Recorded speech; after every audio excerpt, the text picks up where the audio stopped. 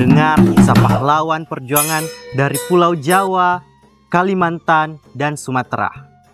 Tapi, tahukah kalian bahwa Sulawesi juga memiliki pahlawan-pahlawan yang tak kalah hebatnya?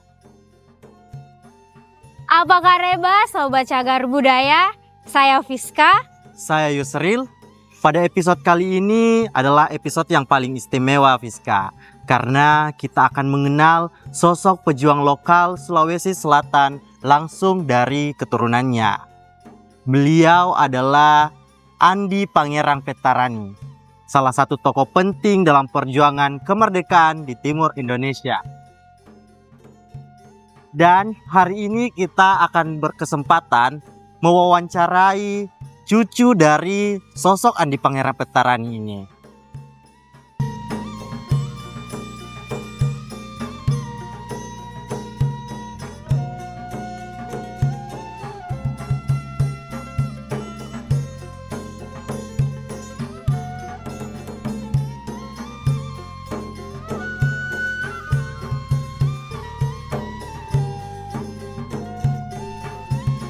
Inilah rumah dari Andi Pangerang Petarani, rumah panggung tradisional dengan 2 lantai dari kayu dan bagian bawahnya itu dari bata, Kak. Betul sekali. Meski sudah berumur hampir seabad, rumah ini masih berdiri kokoh sebagai saksi bisu perjuangan kemerdekaan. Dan untuk menceritakan kisah rumah dari sosok Andi Pangerang Petarani ini, kita bakalan bertemu salah satu narasumber yang merupakan cucu langsung dari Andi Pangerang Petarani. Halo Sobat Cagar Budaya, kali ini kami berada di rumah salah satu pahlawan dari Sulawesi Selatan, yakni Andi Pangerang Petarani. Nah, saat ini kami juga sudah bersama salah satu narasumber yang akan menjelaskan perjuangan dari sosok pahlawan Andi Pangerang Petarani. Permisi Bapak, saya Yusril dan teman saya Fiska, Pak. Kami ingin mengulik sejarah tentang perjuangan Andi Pangerang Petarani. Mungkin Bapak boleh perkenalkan diri sebelum menjelaskan kepada kami apa sih sejarah dari tokoh Andi Pangerang Petarani. Terima kasih. Saya Rimba Alam Andi Pangerang, salah seorang cucu tertua dari Andi Pangerang Petarani, dan beliau juga mengangkat saya sebagai anak angkat waktu beliau masih hidup. Dan beliau salah satu pamong peraja yang telah mengabdikan hidupnya di Pamong Praja pada tahun 1926, dan beliau bertugas ada beberapa kabupaten, pernah bertugas di Takalar, pernah bertugas di Buntunompo, pernah bertugas di Lu, dan kembali ke Bone. Dan beliau ini adalah anak tertua dari Andi Mapanyuki, Raja Bone yang ke-32. Dan masa hidup beliau berkecimpung pada waktu itu masih perjuangan ya, masih perjuangan. Dia ikut sama bapaknya untuk mendirikan beberapa kelompok-kelompok pejuang di Sulawesi Selatan ini, dan mengundang beberapa tokoh sentral, khususnya raja-raja di Sulawesi Selatan, untuk bagaimana beliau ini mendukung negara Kesatuan Republik Indonesia. Dan waktu perjuangan itu, rumah ini salah satu tempat diadakan rapat-rapat perjuangan waktu itu, termasuk Robert Ortobongosidi tempat di sini, dan beberapa pejuang-pejuang di sini. Lebih lanjut saya katakan bahwa rumah ini dibangun oleh Andi Pangerang Petarani itu tahun 1935. Dan ini belum ada batu di bawahnya, belum ada batu, masih kayu, masih kayu. Ya. Dan di dindingnya itu masih seng. seng supaya kalau ada rapat-rapat itu tidak kelihatan ya, tidak kelihatan. Nanti tahun 1957 baru direnov, dikasih batu. Baik, terima kasih Bapak. Kami juga sedikit mau menanyakan tentang bagaimana sih perjuangan dari sosok Andi Pangerang Petarani dalam berjuang dalam melawan penjajah Belanda pada masa itu. Mungkin boleh diceritakan sedikit. Begini, waktu sebelum proklamasi ya, Andi Mapanyuki Raja Bone itu giat mendukung perjuangan yang ada di Sulawesi Selatan, termasuk juga kepada anaknya Andi Pangerang Petarani. Bagaimana raja-raja di Sulawesi Selatan ini untuk mendukung perjuangan Andi Pangerang Petarani. Makanya waktu proklamasi itu Andi Pangerang Petarani diundang ke Jakarta. Dalam rapat persiapan kemerdekaan Republik Indonesia PPKI. Beliau ada di dalamnya, termasuk juga Sultan dan Raja dan Samratulangi. Saya ucapkan terima kasih kepada pemerintah Kota Makassar, khususnya Pak Wali Kota, Pak Kepala Dinas Kebudayaan untuk merenov bangunan ini. Karena satu-satunya bangunan yang tertua yang sekarang ada di Makassar sisa ini yang tertua, termasuk di atas rumahnya Andi Mapanyuki istana. Tapi di atas rumahnya Andi Mapanyuki itu yang sudah direnov juga sudah.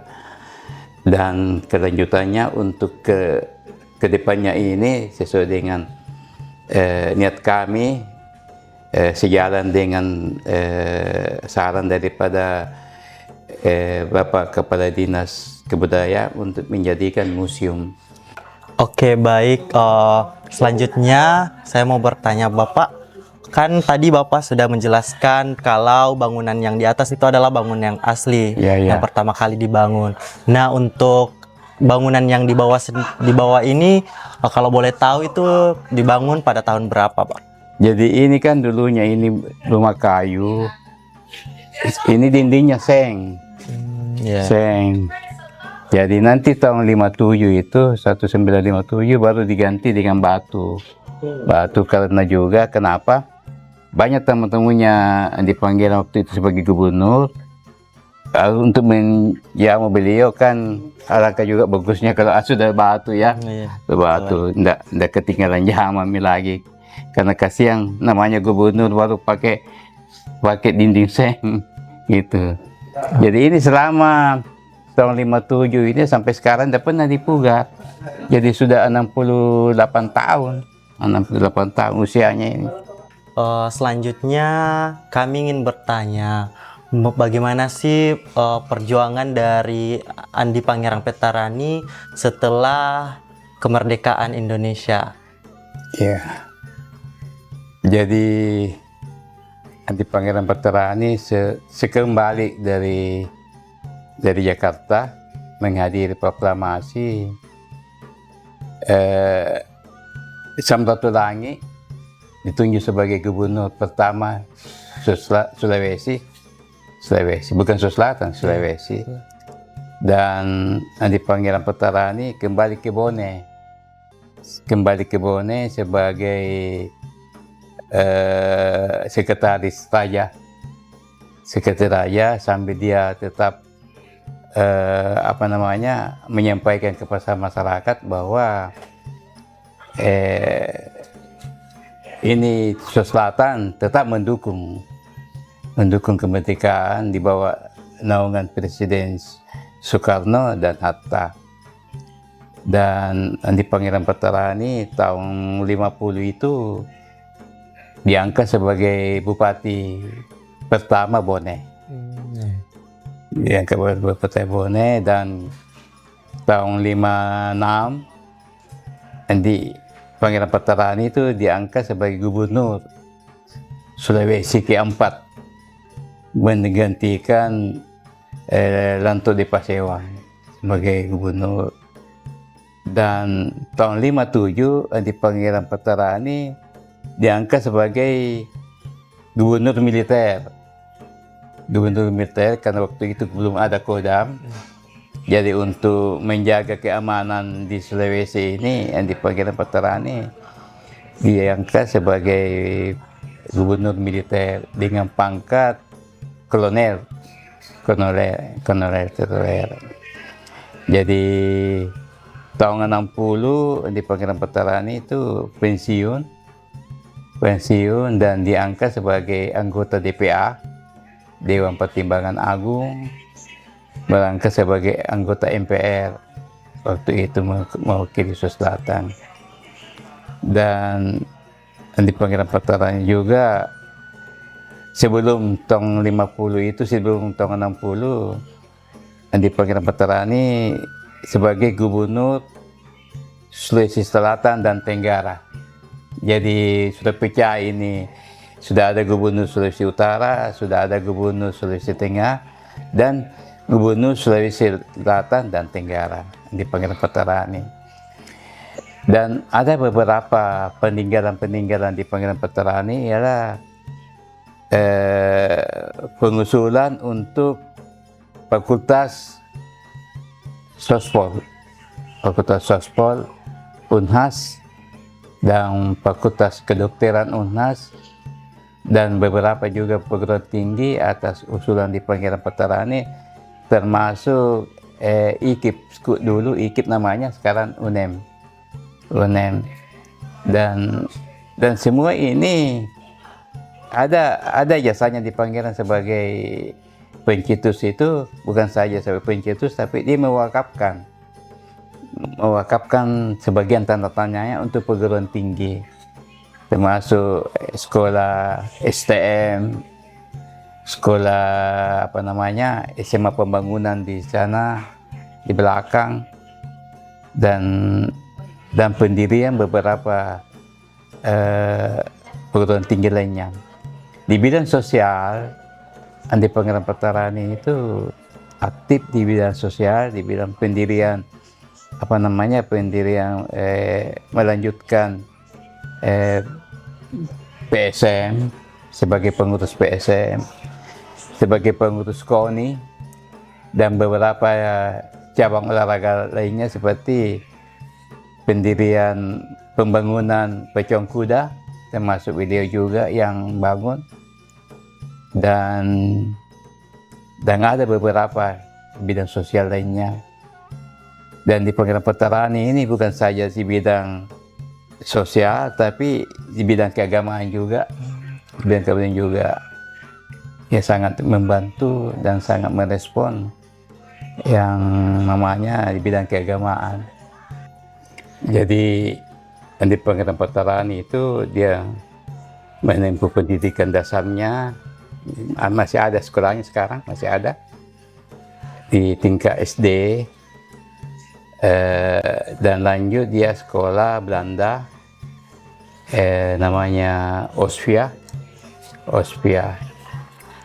3 tahun di Ospia itu, lanjut ke tingkat lebih lanjut itu tingkat SMA, namanya Mulau. Jadi setamat Mulau itu Andi Pangeran Petarani lanjut mengabdikan dirinya kepada pemerintahan.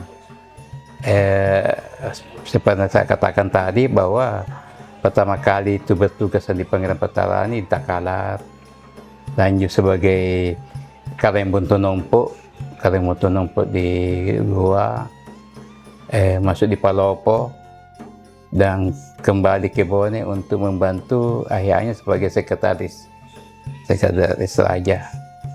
Jadi Andi Pangeran Petarani dia agak terlambat tamat, karena dia tamat itu sekolah Mulo itu sudah hampir 20 tahun umurnya. Ya. Jadi latar belakang di pendidikan di Pangandaran itu saya katakan tadi bahwa tingkat dasarnya itu di SD. Latar belakang keturunan di Pangandaran Petarani itu adalah ayahnya di Pangandaran Petarani itu Andi Mapanyuki. Andi Mapanyuki Datu Supa Raja Bone yang ke-32. Ibunya itu salah satu putri dari perangkat kerajaan di Goa, namanya Galaran Tombolo. Jadi Galaran Tombolo ini putrinya kawin dengan Andi Mapanyuki, maka lahir Andi Pangeran Petarani. Tapi Andi Pangeran Petarani tidak terlalu mendalami soal-soal adat gitu karena dia orang nasional. Oke, baik. Untuk pertanyaan terakhir dari kami Bapak, apa harapan Bapak untuk para generasi muda untuk melestarikan nilai sejarah serta budaya yang ada di Provinsi Sulawesi Selatan? Ya, ada pesan Andi Pangeran Petarani kepada kita-kita ini bahwa jangan tunjukkan kebangsanaanmu bahwa saya ini Andi, saya ini Bau. Tapi untuk menempatkan dirimu sebagai raja, sebagai bangsawan, tingkah lakumu. Ada pepatahnya bahwa sembunyikan asalmu. Kalau kau sembunyikan asalmu, orang bertanya siapa itu. Situ akan muncul, oh pantas dia karena tingkah lakunya bagus. Jadi itulah pesan nenek kami sampai sekarang ini kami pegang bahwa yang kita sebagai bangsawan itu menunjukkan diri kita. Bahwa kita ini anaknya ini. Yang menunjukkan kita sebagai menandakan bahwa kita anak bangsawan karena tingkah laku kita bersama orang. Itu saja.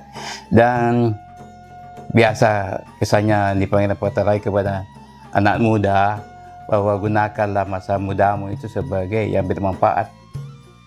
Bermanfaat dan jangan kau sia-siakan waktumu untuk yang tidak bermanfaat. Terima kasih Bapak Iya. atas informasi yang telah diberikan kepada kami.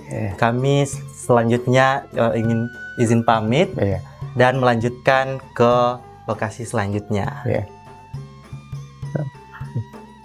Sobat Cagar Budaya, mengunjungi rumah Andi Pangeran Petarani dan mendengar langsung dari cucunya yang memberikan kita perspektif yang sangat berbeda tentang sejarah nih Kak. Betul sekali. Ini bukan sekedar fakta dan tanggal dalam buku sejarah. Ini adalah cerita nyata tentang orang-orang yang mengorbankan segalanya untuk kemerdekaan kita. Nah betul sekali, dan Andi Pangeran Petarani ini merupakan satu dari banyaknya pahlawan lokal yang perjuangannya tidak kalah penting dari pahlawan nasional yang terkenal di Sulawesi Selatan. Ya, Sulawesi Selatan, Makassar khususnya punya peran besar dalam sejarah kemerdekaan Indonesia. Dan rumah inilah adalah bukti nyata fisik dari semua itu. Dari rumah yang sederhana ini, strategis dan keberanian digalang, dan ada pula semangat kemerdekaan yang diperjuangkan. Betul. Jadi tugas kita sekarang adalah menjaga memori ini, tidak membiarkan rumah-rumah bersejarah seperti ini runtuh dan dilupakan. Karena tanpa mengenal sejarah lokal kita tidak akan pernah benar-benar memahami sejarah Indonesia yang sesungguhnya. Betul. Jadi untuk episode berikutnya kita akan memasuki blok baru, kota kolonial. Kita akan menjelajahi gedung-gedung pemerintahan kolonial yang membentuk infrastruktur Makassar modern. Makassar Heritage Trails, Reaktualisasi cagar budaya Kota Makassar. Makassar mulia, Makassar berbudaya. Salama kita pada salama, Kure Sumanga.